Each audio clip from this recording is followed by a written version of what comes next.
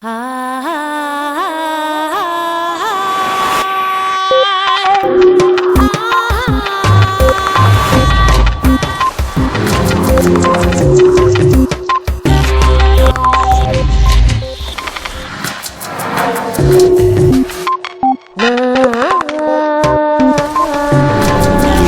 escuelas existen tanto para el desarrollo de los estudiantes como para el de sus familias y el de los educadores. Robert Roeser. ¿Es hoy más difícil la convivencia en las aulas? ¿Están bien preparados los maestros para acompañar al niño hasta su adolescencia con una educación que englobe emociones e inteligencia social? Las necesidades de un adulto para vivir en sociedad no son las mismas que hace 50 años, ni lo son tampoco las condiciones de vida de los adolescentes, ni las tecnologías que rodean a todos. Sin embargo, los programas educativos han cambiado muy poco en el último siglo. Hoy en Redes, el psicólogo Robert Roeser nos ayuda a redefinir el papel de profesores y maestros y a buscar en la ciencia algunas propuestas para mejorar la educación de los futuros ciudadanos.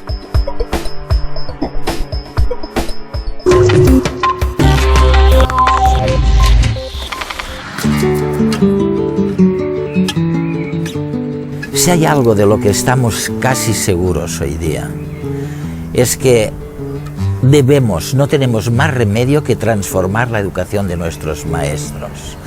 Descartemos de momento las responsabilidades de la familia a la hora de incidir sobre los niños. Lo que sí sabemos es que no nos sirven maestros que solo destilen contenidos académicos en las mentes de los 30 niños que forman su clase, a veces gritando casi todo el rato.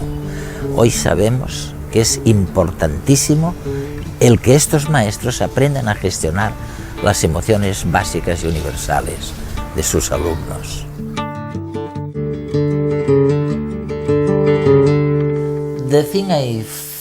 Lo que me parece más revelador de este congreso que estáis celebrando aquí, en Washington, entre educadores, científicos y personas del mundo de las prácticas contemplativas, es que la gente, creo, se acaba de dar cuenta de que la culpa no es de los estudiantes ni de los padres,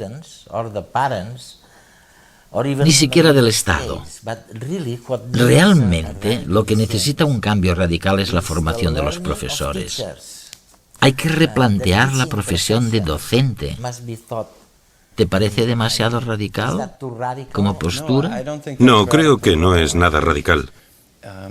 Creo que va incluso más allá de lo que tú sugieres. Como el mundo ha cambiado tanto desde el punto de vista de su interconexión económica, cultural, con la inmigración, realmente tenemos que pensar en la educación en ambos sentidos, para los estudiantes, pero también para los profesores. Se trata de habilidades como la de regular nuestras emociones, la de ser competentes en la interacción con personas de distintas culturas, la de responsabilizarnos no solo de nuestras propias acciones, sino del bienestar de los demás. Todas estas habilidades, tal y como las vemos, tendrían que formar parte de la educación del siglo XXI. Y eso significa que queremos que sean parte de la formación de los profesores, pero también que se impartan en la enseñanza primaria, secundaria y, por qué no, también en la terciaria, en las facultades y universidades.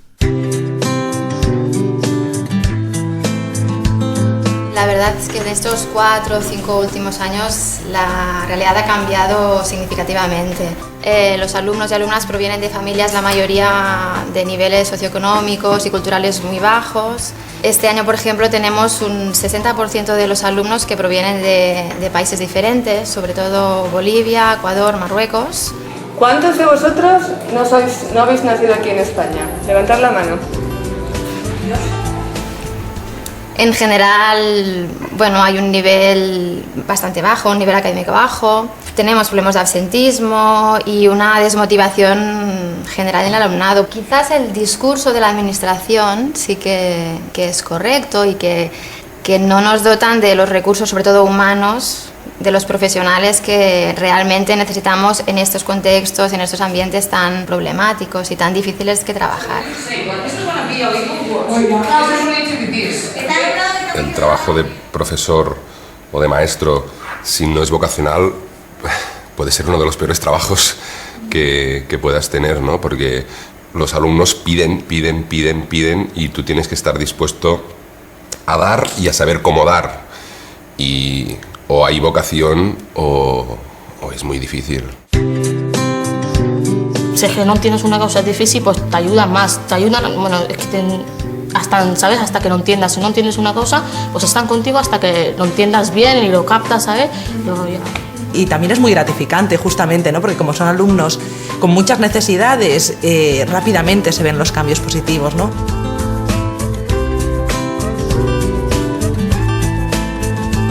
El papel que jugamos en todo este engranaje, los profesores y profesoras, es fundamental y creo que tenemos que ser todos y todas muy conscientes de ello, porque no somos solo pues, yo profesora de música, somos mucho más, somos educadores en el sentido pues, más amplio del término. Y aquí pues juega todo el tema de las emociones, de la relación con las personas. Tenemos que ser un ejemplo para ellos y nos tenemos que relacionar con ellos de esta forma. Bueno, era pequeño y al principio me daba miedo, como para no integrarme aquí con los compañeros, pues al final me fui adaptando y me fueron cayendo muy bien todos. ¿Te costó hacer amigos? No, el primer día. Llegué aquí hace 7 años. Vine con toda mi familia y hemos decidido volver a Ecuador. Las ayudas que recibimos o el apoyo de las familias pues no es el más adecuado. A veces por desinterés, a veces están aquí los niños pues quizás con sus tíos, con sus abuelos y los padres están en el país de origen, a veces porque los padres tienen unas jornadas laborables muy largas y no pueden venir. Por diferentes motivos no recibimos el apoyo que deberíamos y claro, pues digamos que la pata está coja, ¿no? La mesa o la silla. Bárbara, mi madre aquí ya lleva 10 años. Volverla a ver de nuevo después de casi tantos años y venir aquí y reencontrarte de nuevo con tu madre es muy difícil.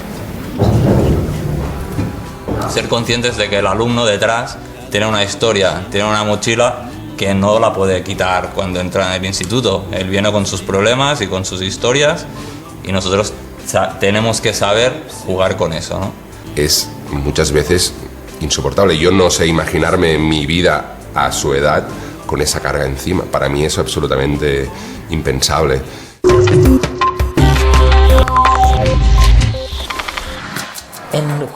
Y cuando pensamos en las capacidades o conocimientos específicos que los profesores deberían tener para luego fomentarlos entre sus alumnos, ¿en qué estamos pensando?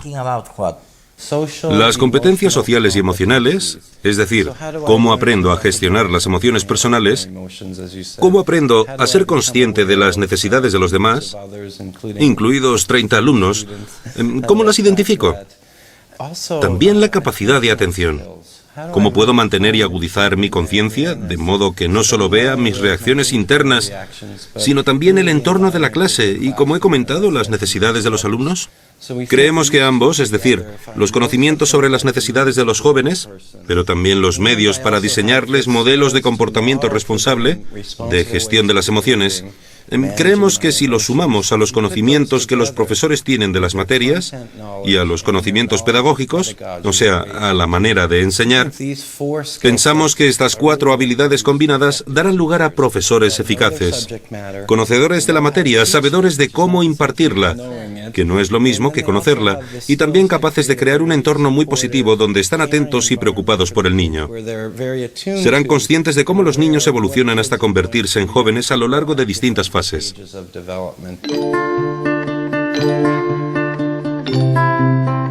Empezamos haciendo una formación interna para todo el profesorado y luego al curso siguiente pues pasamos la formación a los alumnos y alumnas que voluntariamente pues querían meterse en el tema de la mediación. Una para que se propongan como alumnos mediadores en el caso de que tengamos algún conflicto y la otra para cuando se hayan envueltos dentro de un conflicto pues sepan y tengan la oportunidad de resolverlo pues a través del diálogo, de la empatía, de meterse en el lugar del otro y de, bueno, pues de esta manera un poco más civilizada y más positiva que creemos que es importante tanto para la vida escolar como para la vida luego que se van a encontrar fuera del instituto, en la sociedad.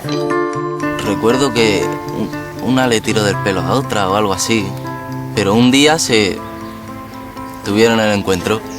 Eran amigas de toda la vida. En el centro conocemos a todo el mundo. Pero nos olvidamos de eso y pues preguntamos a uno, preguntamos a otro. Siempre preguntamos si quieren resolverlo, si quieren estar juntos a ellos, ¿no? Entonces a partir de ahí ya le llamamos lluvia de ideas, ¿no? Más que nada es un equipo que tenemos formados pues entre alumnos y profes, y que lo que se hace es que cuando hay un conflicto, pues entre los profes nos lo decimos, cogemos a los alumnos, hablamos con ellos, ellos nos explican su caso, y hay veces que también hacemos parte un poco de terapia. Es decir, que el escucharlos y el atenderlos, eso ya es un punto, porque ya sienten que por lo menos se les hace caso. Que como que olviden el suceso, y que miren los problemas por separado. Y intentamos hacer como un seguimiento, intentar que no se molesten el uno al otro. Entonces es eso, es escucharlos. Hay veces que solo con eso se ataja. Otras veces la cosa es más complicada, sobre todo si son casos externos o están implicadas a lo mejor bandas o cualquier cosa, porque por aquí, pues ya sabemos, se mueve mucho.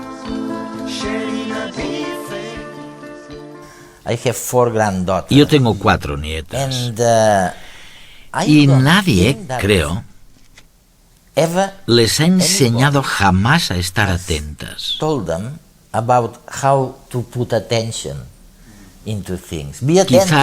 Quizás alguien les haya gritado alguna vez en clase que estuvieran atentas, pero nadie les ha explicado realmente, como tú decías, la importancia de concentrarse en algo y de todo lo que se puede ganar a cambio. Sí.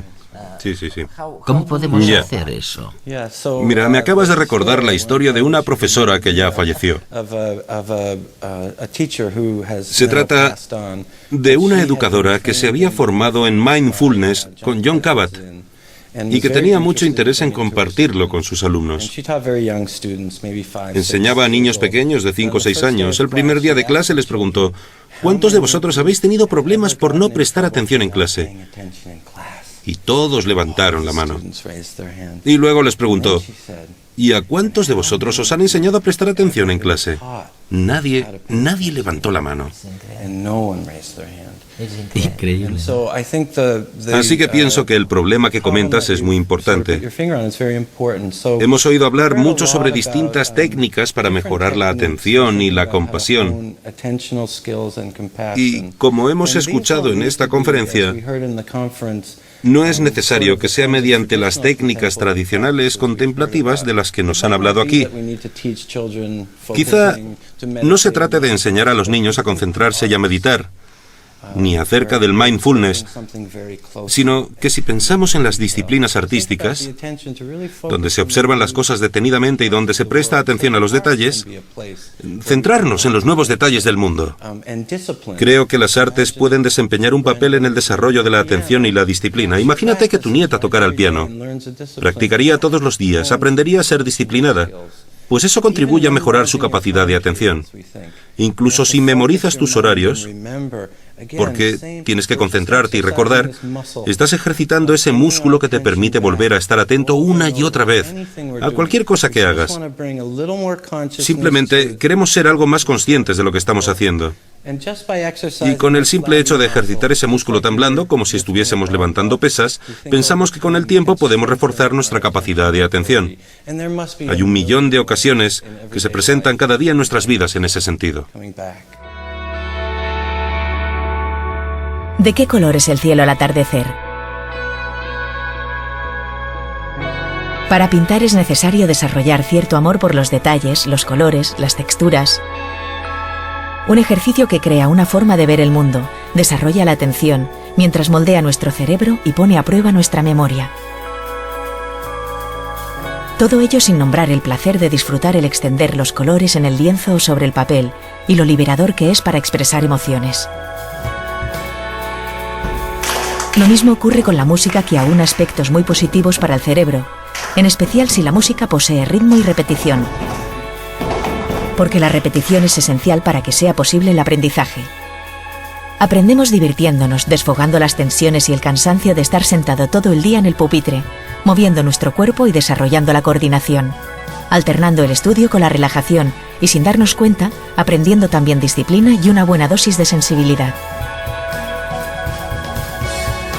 Es una tarea ardua, pero a los padres y los profesores nos toca alimentar la lumbre de la curiosidad de nuestros hijos para que no se apague, ayudándoles también con repeticiones y rutinas en un ambiente de seguridad y apoyo para que cada uno, a su paso, sea capaz de aventurarse a descubrir el mundo por sí mismo.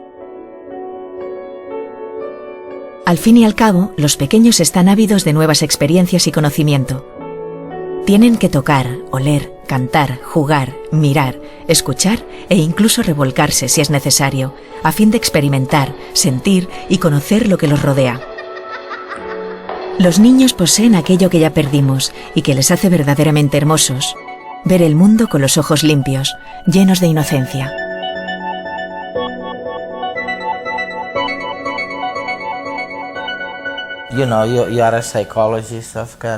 Bueno, tú eres psicólogo y sabes que tenemos lo que se llama la memoria a largo plazo. Hace algunos años descubrí que depende únicamente de una molécula muy concreta, no solo de la repetición, sino que hay algo que tiene que funcionar bien desde el punto de vista neurológico para que podamos almacenar un recuerdo en la memoria a largo plazo. Así que es cierto, tienes toda la razón, la gente no era consciente de que todo esto, y ahí están las grandes expectativas que tenemos de cara al futuro, de que todas esas cosas se pueden aprender. Sí, durante toda la vida. Durante toda la vida. Sí, la memoria, los cambios plásticos, ejercitándolo y practicándolo. Eso es. ¿Y tú que estás en el mundo de la docencia, crees que hemos sido capaces de evaluar? Ya sé que es difícil hacerlo en términos globales, pero ¿crees que hemos sido capaces de evaluar el impacto que tiene ese aprendizaje social y emocional sobre el bienestar de un ciudadano, para el bienestar de un ciudadano joven? ¿Tú crees que lo hemos podido evaluar eso? Existen unos 300 estudios que demuestran que esos programas educativos centrados en ciertas habilidades sociales y emocionales tienen efectos positivos sobre el buen comportamiento, sobre la capacidad de gestionar las emociones. También hay un pequeño subgrupo de estudios que prueban que al fomentar las habilidades emocionales también podemos obtener grandes logros. Creo que los educadores ya se habían adentrado en este mundo, pero ahora, como tú has dicho, se ha visto que podemos aislar cada vez mejor moléculas implicadas en el mecanismo de la memoria, lo que nos ayuda a comprender cómo funciona el aprendizaje. Pero al tiempo que recibimos información científica que nos ayuda a avanzar en esta misión, también surgen más problemas en el mundo. El problema del déficit de atención es endémico. Sabemos que a veces las personas no son capaces de mantener una conversación durante más de algunos minutos porque sus mentes se evaden. Además, conocemos los problemas de violencia en nuestras comunidades. Hemos oído las estadísticas de hoy. En algunas comunidades todos los jóvenes han presenciado algún acto violento y tienen que vivir con esto todos los días. ¿Has dicho todos los jóvenes? Sí, en algunas escuelas. Linda Darling Hammond hablaba de su trabajo en el este de Palo Alto, en California. Es un lugar muy complicado, con poco trabajo. Hay mucha violencia en esas comunidades y esperamos que los chicos puedan ir a la escuela, sentirse seguros y aprender. Así que hay muchísimos problemas. Pero se han producido grandes avances científicos y yo creo que se podría crear una alianza importante para llevar a cabo los cambios que esperamos en la educación.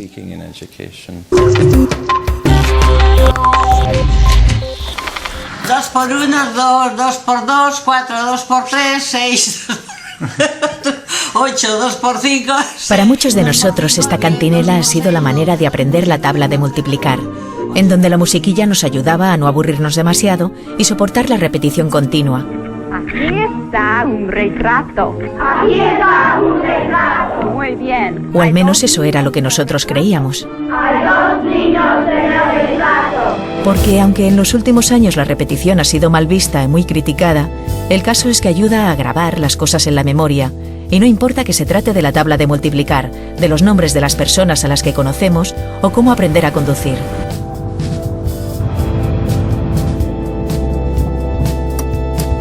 Manos a su sitio. La repetición va creando determinados caminos neuronales, haciéndonos que transitemos por ellos de manera prácticamente automática, sin necesidad de pensar y sopesar, y tal vez liberando parte de nuestra mente para poder dedicarse a facetas más creativas. Esta cuesta un poquito más, ¿eh? En el aprendizaje asociativo que se produce al repetir un proceso, interviene un receptor neuronal llamado NMDA. Este es sensible a las células nerviosas que lo rodean. De modo que si dices un nombre y ves una cara, estos dos patrones cerebrales se asocian porque los receptores de NMDA refuerzan este juego de conexiones. Así, una vez el NMDA ha recibido la señal de la primera neurona, envía una especie de acuse de recibo a la célula inicial, activando la proteína GAP43, al igual que cuando queremos asegurarnos que el paquete que hemos mandado ha sido recibido. Además, se le envía a toda neurona que esté activada en esos momentos en los alrededores. Esta notificación, de alguna manera, facilita y refuerza la circulación de señales neuronales por esa vía, mejorando el aprendizaje y la memorización.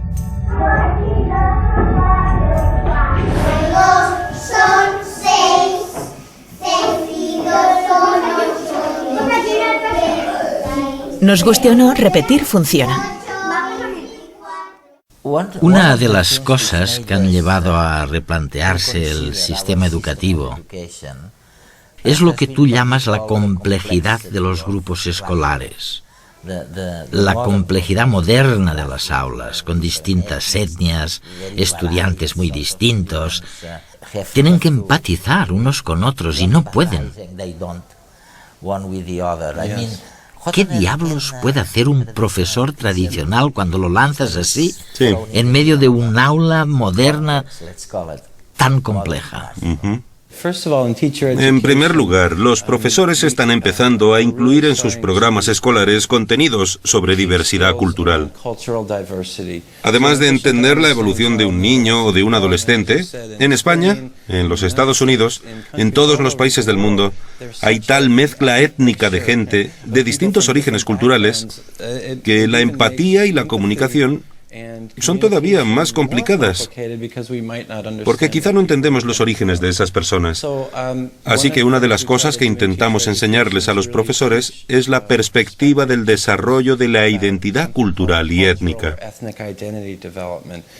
Trata acerca de quiénes somos, acerca de qué elementos hacen que estemos arraigados a una cultura y que seamos diferentes y más ricos. Cuando pensáis en el principio de curso, cómo erais vosotros como alumnos, las cosas que os costaban más. No sabía comunicar con la gente. Me tumbaba en la mesa y estaba ahí. La profe me explicaba, pero no lo entendía. Y bueno, no sé, estar saltando por ahí, no atenderle a la profe, por ahí, haciendo el gamberro. Aunque sigues igual. Bien, es que yo vengo por la mañana y digo, bueno, hoy me voy a portar bien, me voy a callar, no voy a hablar, pero al final es que vienen, te hacen así, pues ya todo el día mal en la clase. No sabía ni hablar y la gente me insultaba y peleaba con ellos cuando me insultaban. Y a poco me aprendí a hablar y ahora bien, porque sé hablar y tengo amigos y paso bien ahora con los amigos y voy a parque normal. Pues ves alumnos en los que identificas qué cosas debes trabajar con ellos a nivel de crecimiento personal, ¿no? Pero hay algunos que en un curso, pues de estar castigados continuamente, de tener problemas continuos, ves que crecen, que avanzan, que maduran y que realmente se consiguen frutos. Lo que pasa es que hay que tener ganas de verlo, ¿no? Yo mejoro un montón. Y lo que quiero saber es el graduado. Ya está.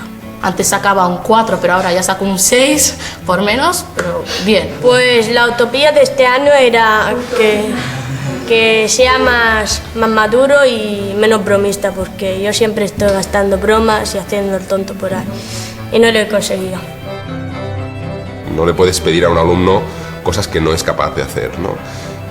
Pero no dejes de pedirle cosas que sí es capaz de hacer y después observa cómo realmente las ha conseguido, ¿no?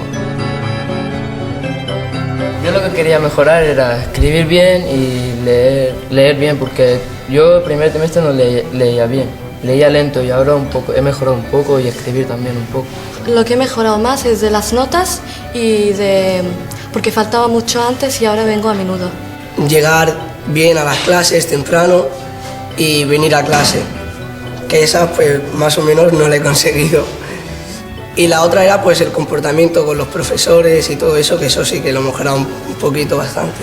Madurar más, soy más grande, tengo más responsabilidad que antes. He madurado y todo.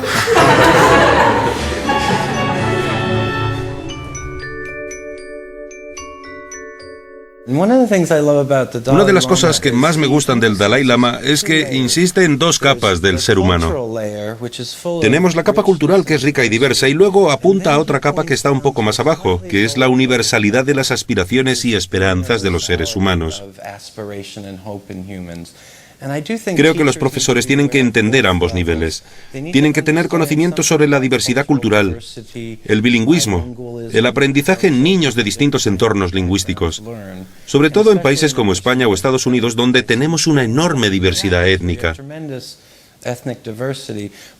Pero lo que también esperamos en este movimiento es un reconocimiento de los aspectos comunes de la familia humana. La aspiración común que albergamos de ser felices. Tú no quieres sufrir, yo no quiero sufrir. Esto nos une, así que creo que tenemos que formar a los profesores en la diversidad cultural, pero también enseñarles estrategias sobre cómo formar a jóvenes de distintos entornos culturales y recordarles todo lo que sus hijos tienen en común, lo que les une con independencia de sus orígenes. Es fascinante, es algo totalmente nuevo. Y coincide con la investigación científica que intenta dilucidar si existe una moral innata o no. Una moral común, decís vosotros. Los primeros resultados de los que disponemos nos dicen que a un nivel muy primario, muy simple, sí existe esta moral común.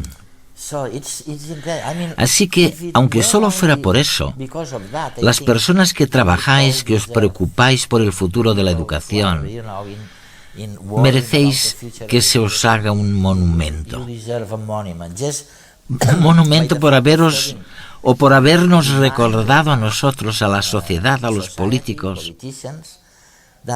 que lo correcto es aprender de la diversidad, de las personas que proceden de distintos rincones y culturas. Esto es muy importante, pero madre mía, no podemos olvidar que tenemos aspectos comunes, como la empatía, quizás, la compasión, que también debemos proteger, ¿no? Sí. Ambas son cruciales y además hay que ir por orden, porque no podemos empezar por los aspectos comunes si antes no nos hemos centrado en temas como la diversidad, la opresión, las conquistas culturales, el dolor y el sufrimiento. No podemos eludir todas estas cuestiones. Creo que hay distintas misiones y a distintos niveles de este desarrollo. Me parece que vamos a tener que pasar por cosas muy difíciles y dolorosas, pero también pienso que esa base común nos proporciona un asidero y un recordatorio de lo que habrá al salir de este diálogo y al final, en términos de nuestras aspiraciones personales, de nuestros anhelos para nuestros seres queridos y para el mundo, tenemos muchas más cosas que nos unen que cosas que nos dividen. Es tan emocionante. Lo escuchamos del propio Dalai Lama, que está inmerso en la ciencia. Él utiliza ejemplos de animales y nos recuerda que nosotros mismos somos animales sociales y que hemos empezado, probablemente a lo largo de la evolución, a entender esa necesidad imperiosa de sentirnos queridos y de tener vínculos. Estas necesidades son una parte de lo que significa ser mamíferos, porque después de nacer, vivimos un largo periodo en que nuestra supervivencia depende de otros. Y por eso dentro de nosotros tenemos esa semilla social y empática, porque nuestra propia supervivencia depende de dicha habilidad como especie. De ahí es de donde venimos.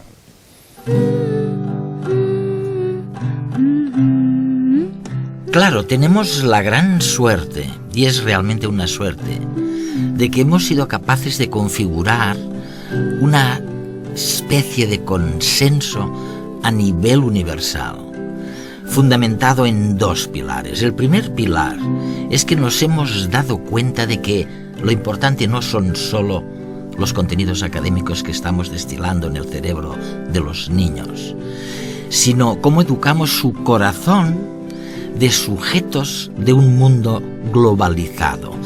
Es gente muy dispersa, gente muy dispar, que parece no tener nada en común, pero que tenemos que aprender de una vez por todas a gestionar esta diversidad, de la que todavía sabemos muy poco. El segundo pilar de este consenso universal es que no solo tenemos que aprender a gestionar la diversidad, sino que tenemos que aprender lo que esa gente tan dispar, esos niños tan distintos tienen de común. Y lo que tienen de común es lo único con lo que vienen al mundo: sus emociones básicas y universales. Tenemos que aprender la gestión de sus emociones, o enseñarles a que pueden gestionar sus emociones básicas. La educación ha de abarcar cuerpo, mente y conciencia. Robert Roeser.